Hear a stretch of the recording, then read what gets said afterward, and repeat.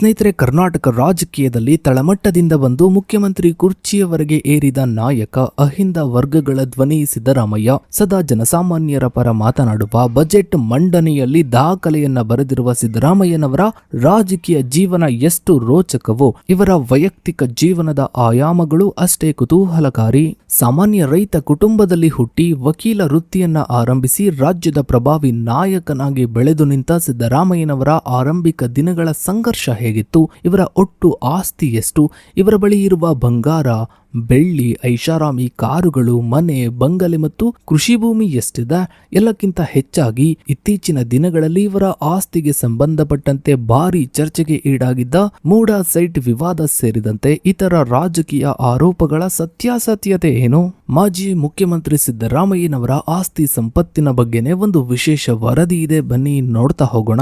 ಸ್ನೇಹಿತರೆ, ಪ್ರಾಥಮಿಕ ಶಿಕ್ಷಣವನ್ನ ಮುಗಿಸಿದ ಬಳಿಕ ಡಾಕ್ಟರ್ ಆಗಬೇಕು ಎಂಬ ತಂದೆಯ ಬಯಕೆಗೆ ವಿರುದ್ಧವಾಗಿ ಸಿದ್ದರಾಮಯ್ಯನವರು ಕಾನೂನು ಕ್ಷೇತ್ರವನ್ನ ಆಯ್ಕೆ ಮಾಡಿಕೊಂಡ್ರು. ಮೈಸೂರಿನ ಶಾರದಾ ವಿಲಾಸ ಕಾಲೇಜಿನಿಂದ ತಮ್ಮ ಕಾನೂನು ಪದವಿಯನ್ನ LLB ಕೋರ್ಸ್ ಅನ್ನ ಯಶಸ್ವಿಯಾಗಿ ಪೂರೈಸಿದ್ರು. ಕಾನೂನು ಶಿಕ್ಷಣ ಮುಗಿಸಿದ ಬಳಿಕ ಮೈಸೂರು ನ್ಯಾಯಾಲಯದಲ್ಲಿ ಪ್ರಸಿದ್ಧ ವಕೀಲರಾದ PM ಚಿಕ್ಕಬೋರಯ್ಯ ಅವರ ಮಾರ್ಗದರ್ಶನದಲ್ಲಿ ಕಿರಿಯ ವಕೀಲರಾಗಿ ವೃತ್ತಿ ಜೀವನವನ್ನ ಆರಂಭಿಸಿದ್ರು. ಇದೇ ಅವಧಿಯಲ್ಲಿ ಇವರು ವಿದ್ಯಾವರ್ಧಕ ಕಾನೂನು ಕಾಲೇಜಿನಲ್ಲಿ ಉಪನ್ಯಾಸಕರಾಗಿಯೂ ಕೆಲ ಕಾಲ ಸೇವೆಯನ್ನ ಸಲ್ಲಿಸಿದ್ರು. ವಿದ್ಯಾರ್ಥಿ ದೆಸೆಯಿಂದಲೇ ಅತ್ಯುತ್ತಮ ಭಾಷಣಕಾರರಾಗಿದ್ದ ಇವರು ಡಾಕ್ಟರ್ ರಾಮ್ ಮನೋಹರ್ ಲೋಹಿಯಾ ಅವರ ಸಮಾಜವಾದಿ ತತ್ವಗಳಿಂದ ಆಳವಾಗಿ ಪ್ರೇರೇಪಿತರಾಗಿದ್ರು. ಮೈಸೂರು ನ್ಯಾಯಾಲಯದಲ್ಲಿ ಕಾರ್ಯನಿರ್ವಹಿಸುತ್ತಿದ್ದ ಸಂದರ್ಭದಲ್ಲಿ ಇವರ ತೀಕ್ಷ್ಣತೆ ಮತ್ತು ಸಾಮಾಜಿಕ ಕಳಕಳಿಯನ್ನ ಗಮನಿಸಿದ ಖ್ಯಾತ ರೈತ ಚಳುವಳಿ ನಾಯಕ ಮತ್ತು ವಕೀಲರಾದ ಪ್ರೊಫೆಸರ್ MD ನಂಜುಂಡಸ್ವಾಮಿಯವರು ಇವರನ್ನ ರಾಜಕೀಯಕ್ಕೆ ಪ್ರವೇಶಿಸಲು ಪ್ರೇರೇಪಿಸಿದ್ರು. ಈ ಹಿನ್ನೆಲೆಯಲ್ಲಿ ವಕೀಲ ವೃತ್ತಿಗೆ ವಿದಾಯ ಹೇಳಿದ ಸಿದ್ದರಾಮಯ್ಯನವರು 1978ರಲ್ಲಿ ಮೈಸೂರು ತಾಲೂಕು ಅಭಿವೃದ್ಧಿ ಮಂಡಳಿಯ ಸದಸ್ಯರಾಗುವ ಮೂಲಕ ಅಧಿಕೃತವಾಗಿ ಸಾರ್ವಜನಿಕ ಸೇವೆಗೆ ಧುಮುಕಿದ್ರು. 1983ರ ವಿಧಾನಸಭಾ ಚುನಾವಣೆಯಲ್ಲಿ ಚಾಮುಂಡೇಶ್ವರಿ ಕ್ಷೇತ್ರದಿಂದ ಭಾರತೀಯ ಲೋಕದಳ ಟಿಕೆಟ್ ನಡಿ ಸ್ಪರ್ಧಿಸಿ ಮೊದಲ ಬಾರಿಗೆ ಶಾಸಕರಾಗಿ ವಿಧಾನಸಭೆ ಪ್ರವೇಶಿಸುವ ಮೂಲಕ ಕರ್ನಾಟಕದ ರಾಜಕೀಯ ಇತಿಹಾಸದಲ್ಲಿ ಒಂದು ಹೊಸ ಅಧ್ಯಾಯವನ್ನೇ ಬರೆದರು. ಸ್ನೇಹಿತರೆ, ಕಳೆದ 4 ದಶಕಗಳ ರಾಜಕೀಯ ಪಯಣದಲ್ಲಿ ಸಿದ್ದರಾಮಯ್ಯ ಹಾಗೂ ಇವರ ಕುಟುಂಬದ ಆರ್ಥಿಕ ಸ್ಥಿತಿಗತಿ ಪರಿಸ್ಥಿತಿಯಲ್ಲಿ ಗಣನೀಯ ಪ್ರಗತಿ ಕಂಡುಬಂದಿದೆ. ಚುನಾವಣೆಗಳ ಸಂದರ್ಭದಲ್ಲಿ ಇವರು ಭಾರತೀಯ ಚುನಾವಣಾ ಆಯೋಗಕ್ಕೆ ಸಲ್ಲಿಸಿರುವ ಅಧಿಕೃತ ಪ್ರಮಾಣ ಪತ್ರಗಳ ಅಫಿಡವಿಟ್ಗಳ ಆಧಾರದ ಮೇಲೆ ಇವರ ಒಟ್ಟು ಆಸ್ತಿಯ ಮೌಲ್ಯದ ಸ್ಥಿರ ಬೆಳವಣಿಗೆಯನ್ನ ಸ್ಪಷ್ಟವಾಗಿ ಗುರುತಿಸಬಹುದಾಗಿದೆ. 2008ರಲ್ಲಿ 5 ಕೋಟಿ 40 ಲಕ್ಷ, 2013ರಲ್ಲಿ 13 ಕೋಟಿ 61 ಲಕ್ಷ, 2018ರಲ್ಲಿ 20 ಕೋಟಿ 36 ಲಕ್ಷ, 2023ರಲ್ಲಿ 51 ಕೋಟಿ 93 ಲಕ್ಷ. ವಿಶ್ಲೇಷಣೆಯ ಪ್ರಕಾರ 2018ರಿಂದ 2023ರ ನಡುವಿನ 5 ವರ್ಷಗಳ ಅವಧಿಯಲ್ಲಿ ಸಿದ್ದರಾಮಯ್ಯನವರ ಕುಟುಂಬದ ಒಟ್ಟು ಆಸ್ತಿಯ ಮೌಲ್ಯವು ಸುಮಾರು 20.36 ಕೋಟಿ ರೂಪಾಯಿಗಳಿಂದ 51.93 ಕೋಟಿಗೆ ಏರಿಕೆಯಾಗಿದೆ. ಇದೇ ಅವಧಿಯಲ್ಲಿ ಇವರ ಒಟ್ಟು ಹೊಣೆಗಾರಿಕೆಗಳು ಅಥವಾ ಸಾಲದ ಪ್ರಮಾಣವು ಸಹ 4.86 ಕೋಟಿಯಿಂದ 23.86 ಕೋಟಿ ರೂಪಾಯಿಗಳಿಗೆ ತೀವ್ರ ಏರಿಕೆಯನ್ನ ಕಂಡಿದೆ. ಇನ್ನು ಸ್ನೇಹಿತರೆ, 2023ರ ಇತ್ತೀಚಿನ ವಿಧಾನಸಭಾ ಚುನಾವಣಾ ಪ್ರಮಾಣ ಪತ್ರದ ಪ್ರಕಾರ ಸಿದ್ದರಾಮಯ್ಯ ಹಾಗೂ ಇವರ ಪತ್ನಿ ಪಾರ್ವತಿ ಮತ್ತು ಇವರ ಹಿಂದೂ ಅವಿಭಕ್ತ ಕುಟುಂಬದ HUF ನ ಹೆಸರಿನಲ್ಲಿರುವ ಒಟ್ಟು ಚರಾಸ್ತಿಗಳ ಮೌಲ್ಯವು 21 ಕೋಟಿ 32 ಲಕ್ಷ ರೂಪಾಯಿಗಳಾಗಿದೆ. ಈ ಸಂಪತ್ತನ್ನು ನಗದು, ಬ್ಯಾಂಕ್ ಠೇವಣಿಗಳು, ಉದ್ಯಮಗಳಲ್ಲಿನ ಷೇರು ಹೂಡಿಕೆಗಳು, ಮುಂಗಡ ಸಾಲಗಳು ಮತ್ತು ಆಭರಣಗಳ ರೂಪದಲ್ಲಿ ಹಂಚಿಕೆ ಮಾಡಲಾಗಿದೆ. ಇನ್ನು ಸ್ನೇಹಿತರೆ, ಸಿದ್ದರಾಮಯ್ಯನವರ ವಾಹನಗಳು ಅಥವಾ ಕಾರುಗಳ ವಿಚಾರಕ್ಕೆ ಬಂದ್ರೆ ಇವರು 2018ರ ವಿಧಾನಸಭಾ ಚುನಾವಣೆಯ ಸಂದರ್ಭದಲ್ಲಿ 13,43,000 ರೂಪಾಯಿ ಮೌಲ್ಯದ ಟೊಯೋಟಾ ಇನೋವಾ ಕಾರನ್ನ ಹೊಂದಿದ್ರು. ನಂತರದ ದಿನಗಳಲ್ಲಿ ಇವರು ಹಳೆಯ ವಾಹನದ ಬದಲಿಗೆ ಇತ್ತೀಚಿನ ಟೊಯೋಟಾ ಇನೋವಾ ಕ್ರಿಸ್ಟಾ ವಾಹನವನ್ನ ತಮ್ಮದಾಗಿಸಿಕೊಂಡಿದ್ದಾರೆ.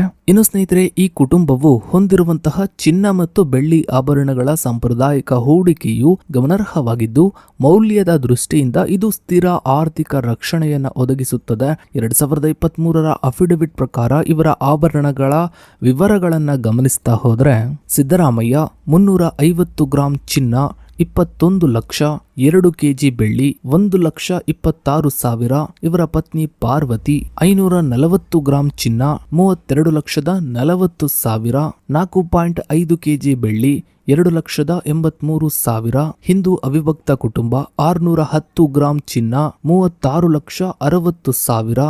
5.750 ಕೆಜಿ ಬೆಳ್ಳಿ, 3,45,000. ಇನ್ನು ಸ್ನೇಹಿತರೆ, ಸಿದ್ದರಾಮಯ್ಯ ಮತ್ತು ಇವರ ಪತ್ನಿಯ ಹೆಸರಿನಲ್ಲಿರುವ ಒಟ್ಟು ಸ್ಥಿರ ಆಸ್ತಿಗಳ ಅಂದಾಜು ಮಾರುಕಟ್ಟೆ ಮೌಲ್ಯವು 2023ರ ಚುನಾವಣಾ ವರ್ಷದ ವೇಳೆಗೆ 30,61,00,000 ರೂಪಾಯಿಗಳಾಗಿದೆ. ಇವುಗಳಲ್ಲಿ ಕೃಷಿ ಭೂಮಿ, ಕೃಷಿಯೇತರ ನಿವೇಶನಗಳು, ವಾಣಿಜ್ಯ ಸಂಕೀರ್ಣಗಳು ಮತ್ತು ವಸತಿ ಕಟ್ಟಡಗಳು ಸೇರಿವೆ.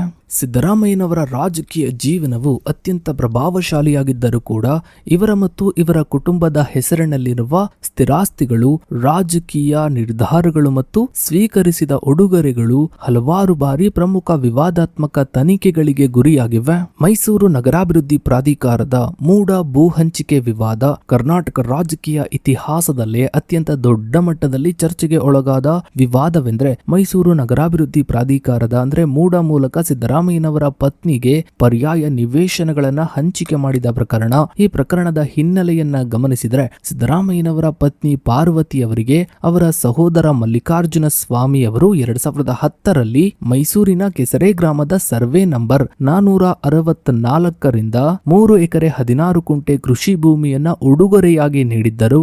ಆದರೆ ಮೂಡ ಸಂಸ್ಥೆಯು ಭೂಸ್ವಾಧೀನದ ಸೂಕ್ತ ಕಾನೂನು ಪ್ರಕ್ರಿಯೆಗಳನ್ನ ಪಾಲಿಸದೆಯೇ ಈ ಭೂಮಿಯಲ್ಲಿ ಬಡಾವಣೆಯನ್ನ ಅಭಿವೃದ್ಧಿಪಡಿಸಿತು. ತದನಂತರ ಪಾರ್ವತಿಯವರು ತಮ್ಮ ಭೂಮಿಗೆ ಸೂಕ್ತ ಪರಿಹಾರ ಕೋರಿ ಅರ್ಜಿಯನ್ನ ಸಲ್ಲಿಸಿದಾಗ ಮೂಡ ಸಂಸ್ಥೆಯು 2022ರಲ್ಲಿ ಜಾರಿಯಲ್ಲಿದ್ದ 50-50 ಅನುಪಾತದ ಪರ್ಯಾಯ ನಿವೇಶನ ಹಂಚಿಕೆ ಯೋಜನೆಯಡಿ ಮೈಸೂರಿನ ಅತ್ಯಂತ ಪ್ರತಿಷ್ಠಿತ ಮತ್ತು ದುಬಾರಿ ಪ್ರದೇಶವಾದ ವಿಜಯನಗರ ಬಡಾವಣೆಯಲ್ಲಿ ಒಟ್ಟು 56 ಕೋಟಿ ರೂಪಾಯಿ ಮೌಲ್ಯದ 16 ಪರ್ಯಾಯ ನಿವೇಶನಗಳನ್ನ ಇವರ ಹೆಸರಿಗೆ ಹಂಚಿಕೆ ಮಾಡಿತು. ಈ ಪ್ರಕ್ರಿಯೆಯಲ್ಲಿ ಸಿದ್ದರಾಮಯ್ಯನವರು ತಮ್ಮ ಮುಖ್ಯಮಂತ್ರಿ ಹಾಗೂ ರಾಜಕೀಯ ಪ್ರಭಾವವನ್ನ ಬಳಸಿ ಅಧಿಕಾರವನ್ನ ದುರುಪಯೋಗಪಡಿಸಿಕೊಂಡಿದ್ದಾರೆ ಎಂದು ಆರೋಪಿಸಿ ಸಾಮಾಜಿಕ ಕಾರ್ಯಕರ್ತ ಸ್ನೇಹಮಯ ಕೃಷ್ಣ ಅವರು ಜುಲೈ 2024ರಲ್ಲಿ ಮೈಸೂರು ಲೋಕಾಯುಕ್ತ ಪೊಲೀಸರಿಗೆ ಅಧಿಕೃತ ದೂರನ್ನ ನೀಡಿದ್ರು. ಇದರ ಆಧಾರದ ಮೇಲೆ ಆಗಸ್ಟ್ 2024ರಲ್ಲಿ ಕರ್ನಾಟಕ ರಾಜ್ಯಪಾಲರಾದ ತಾವರ್ ಚಂದ್ ಗೆಹ್ಲೋಟ್ ಅವರು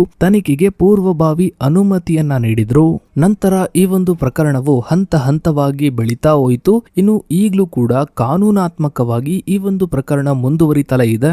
ಸೊ ಇದಾಗಿತ್ತು ಸ್ನೇಹಿತರೆ ಇವತ್ತಿನ ಈ ಒಂದು ವಿಡಿಯೋ. ಮಾಜಿ ಮುಖ್ಯಮಂತ್ರಿ ಸಿದ್ದರಾಮಯ್ಯನವರ ಆರ್ಥಿಕ ಜೀವನದ ಬಗ್ಗೆ ಒಂದಿಷ್ಟು ಮಾಹಿತಿಯನ್ನ ನೀಡೋ ಪ್ರಯತ್ನ. ವಿಡಿಯೋದ ಬಗ್ಗೆ ನಿಮ್ಮ ಅನಿಸಿಕೆ ಅಭಿಪ್ರಾಯಗಳನ್ನ ತಪ್ಪದೇ ಕಮೆಂಟ್ ಸೆಕ್ಷನ್ ಅಲ್ಲಿ ಕಮೆಂಟ್ ಮಾಡಿ. ಹಾಗೆ ವಿಡಿಯೋಗೊಂದು ಲೈಕ್ ಮಾಡ್ತಾ ವಿಡಿಯೋನ ಆದಷ್ಟು ಎಲ್ಲ ಕಡೆ ಶೇರ್ ಮಾಡಿ. ನೀವಿನ್ನು ನಮ್ಮ ಚಾನಲ್ಗೆ ಸಬ್ಸ್ಕ್ರೈಬ್ ಆಗಿಲ್ಲ ಅಂದ್ರೆ ಕೆಳಗಡೆ ಕಾಣ್ತಾ ಇರೋ ಸಬ್ಸ್ಕ್ರೈಬ್ ಬಟನ್ ಕ್ಲಿಕ್ ಮಾಡಿ. ಹಾಗೆ ಪಕ್ಕದಲ್ಲಿ ಕಾಣೋ ಬೆಲ್ ಐಕಾನ್ ಕೂಡ ಕ್ಲಿಕ್ ಮಾಡಿ. Thanks for